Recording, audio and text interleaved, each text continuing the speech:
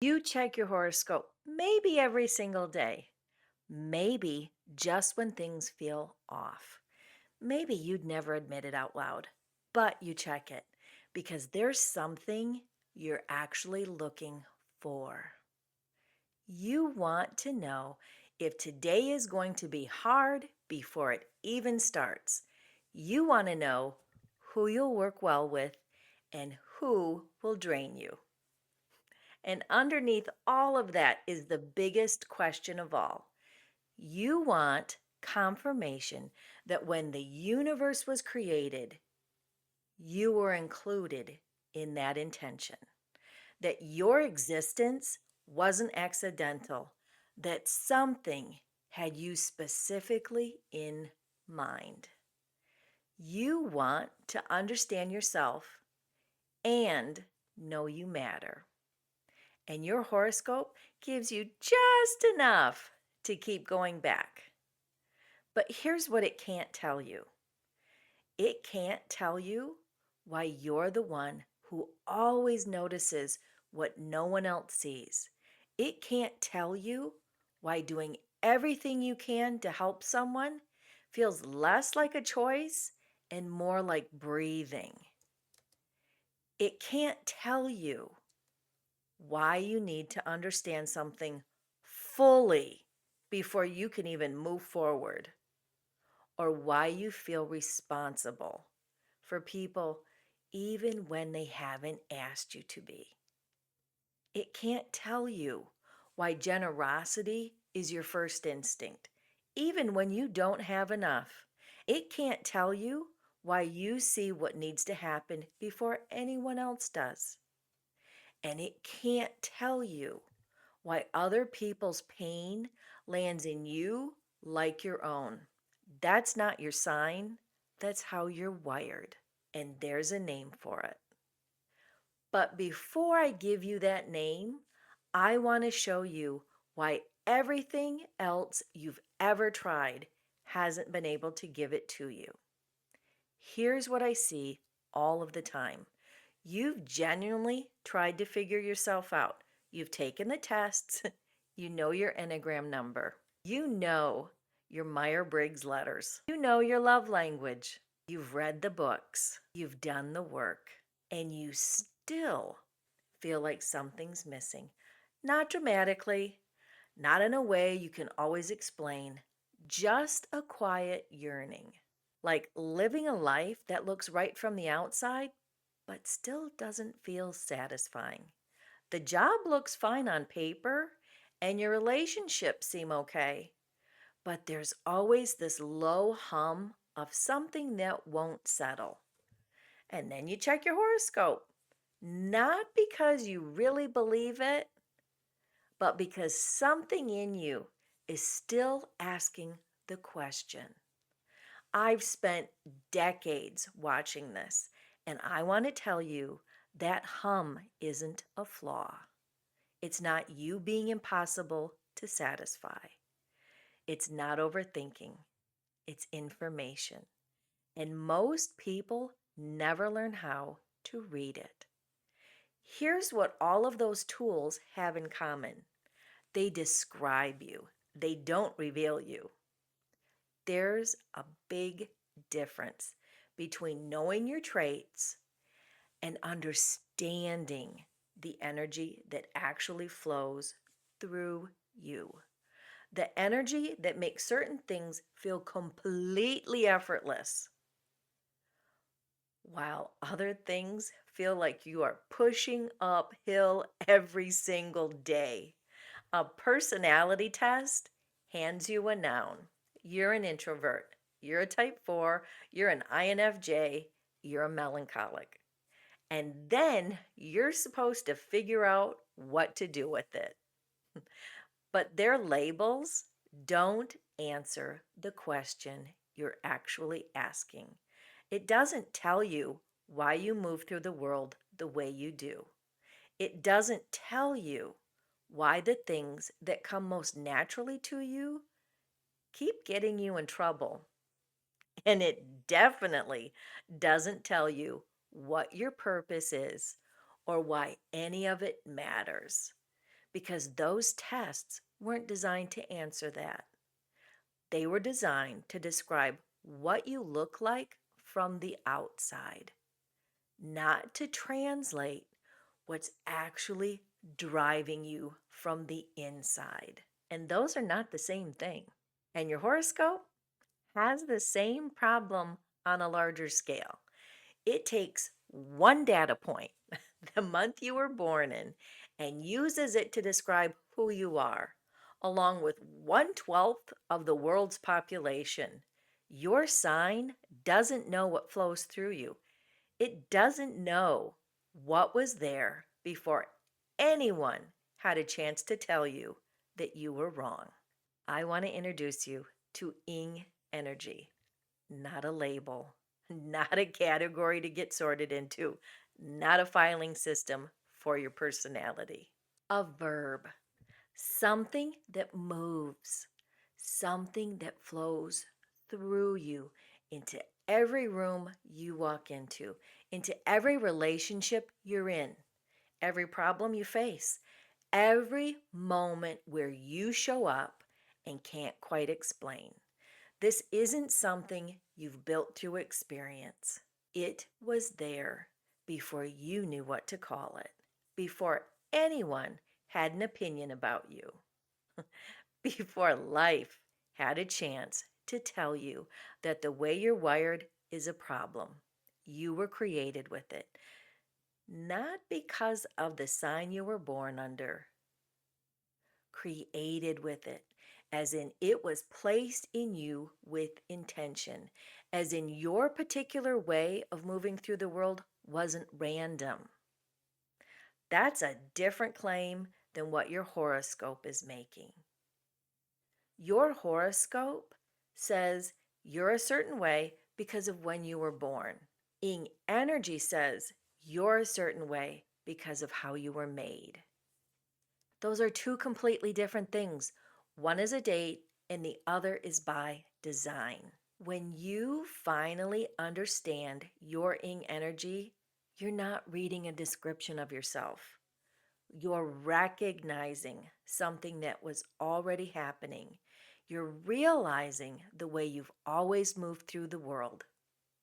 And you're finally going, oh, that makes sense. That's what drives me. That is how I feel. That's what shapes how I see people and problems. That really is me. Not a diagnosis, a translation. There are 7 Ing energy types. Every person has all 7 flowing through them, but you have one core Ing energy type, one that flows the strongest, one that was shaping how you show up long before you understood it. One that explains why the things that come naturally to you feel obvious and completely invisible to everyone else. Let me walk you through all 7, not so you can pick one, but so you can recognize yourself. Perceive Ing. You see what other people walk right past, not just the surface of a situation, underneath it. The detail no one caught, the tension in the room no one wants to name, the thing that's wrong that everyone is working around without saying. You've probably been called too direct, too blunt, too intense, harsh even. But that's not what was happening. You were just being honest about what you could already see. Perceive Ing energy doesn't go looking for problems. It simply can't pretend they aren't there. Serve Ing. You know what someone needs before they ask, and you walk into a room and you already know where the gap is, who needs support, and what will fall apart if you don't step in quietly. Without needing acknowledgement, serve Ing energy holds things together in ways that only become visible when you stop. If you've ever been told you give too much, that people take advantage of you, that you need to let people figure things out on their own that serve ing energy, that hasn't learned yet where its yes ends and its no begins. Teaching. You can't move forward until something is fully understood, not just by you, but by everyone in the room. You break things down. You go back to the beginning when someone looks confused. You cover every angle because leaving someone without the full picture feels like abandoning them. And teaching energy doesn't over explain because it loves the sound of its own voice. It over explains because it genuinely can't leave until it knows you've got it. Encouraging. You see potential in people they can't see in themselves, and you can't stay quiet about it. You push when someone wants to stop, and you hold the hope when someone drops it. You believe in people through their own doubt, sometimes long past the point where anyone else would have given up. If you've been called unrealistic or told your optimism is exhausting, that's encouraging energy, holding something real for someone who isn't ready to hold it themselves. Giving. Generosity isn't a strategy for you. It's not performance. It's not even a decision most of the time. It's just the first thing that happens. Someone needs something, and your instinct is already moving toward it before your brain has caught up. Giving energy bridges who has what with who needs what naturally, constantly. And if you've ever been told your generosity makes people uncomfortable or that you're trying to buy love, that's giving energy in a world that doesn't always know what to do with it. Leading. You're trying to bring order to chaos. While other people are still identifying the problem, you're 3 steps ahead, organizing the solution in your head, seeing who needs to do what and in what order. You're not impatient, you're just already there. Leading energy isn't bossy, it's wired to move things forward. And it's genuinely confused when people don't want things better. If you've ever been called pushy or told to slow down, that's leading energy, moving at a pace others haven't caught up to yet. Mercying. You feel what other people feel before they say a word. Not sympathy, something deeper. You absorb the emotional reality of a room without trying to. You know when someone's hurting, even when they're performing fine. You can't leave a person in pain without doing something about it. Mercying energy has been told it's too sensitive, its whole life, that it takes things too personally, that it needs to toughen up. What was actually happening is that it was carrying something most people can't even detect. And one of those landed differently than the others. You felt it. That quiet internal moment of, oh, that's actually me. That's not a coincidence. That's your spirit recognizing itself. Do you know your ink type? Most people don't yet. That's exactly what the quiz is for. It's free, and your results go straight to your inbox. And the link is in the description. This isn't a personality report. It's not another list of letters or numbers to carry around. It's a translation of what was already there, what was placed in you before anyone had a chance to tell you it was a problem. The link is in the description. Here's what I've known for decades. Something I've watched reshape how thousands of people see themselves and their lives. Your identity is your purpose, not as a concept, not as a quote to put on a wall, in a real, daily, this is how you're wired kind of way. The things that come most naturally to you, the way you instinctively respond to a problem, a person, or a situation. The things you do without thinking that you can't explain. It's more than personality.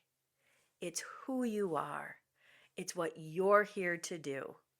Most people spend their whole lives treating identity and purpose like two separate problems. Figure out who I am over here and figure out what I'm supposed to do over there. Then somehow make them fit together. But that's backwards. Your real self, your actual wiring, naturally creates your real contribution to the world. You don't have to match them up because they were never separate. The only reason it feels like they are is that most people have never had the right language for their own wiring. And without language for it, it just feels like a collection of reactions you can't explain and traits that keep getting you in trouble. A horoscope is like a person pressing their face against the window of the biggest question there is, asking the creator, do I matter? Ing energy answers it, not with a date on the calendar, but by your ing type already placed in you. That's the answer your horoscope was reaching for and couldn't give you because it was never in the stars. It was in you. I've spent decades watching people try to figure out who they are and why they're here. And I've watched the moment they recognize it. The moment is always quiet. It's not a celebration or a big announcement, it's relief. The slow exhale of someone who's been holding something in for a really long time. Because when you finally have language for your ing type, it isn't something new. It's something you've always known. It was there before anyone told you to change, before anyone told you you were too much. Your identity was never lost. You just didn't have language for it yet. Your identity is your purpose, and it has always been. I'll see you in the next video.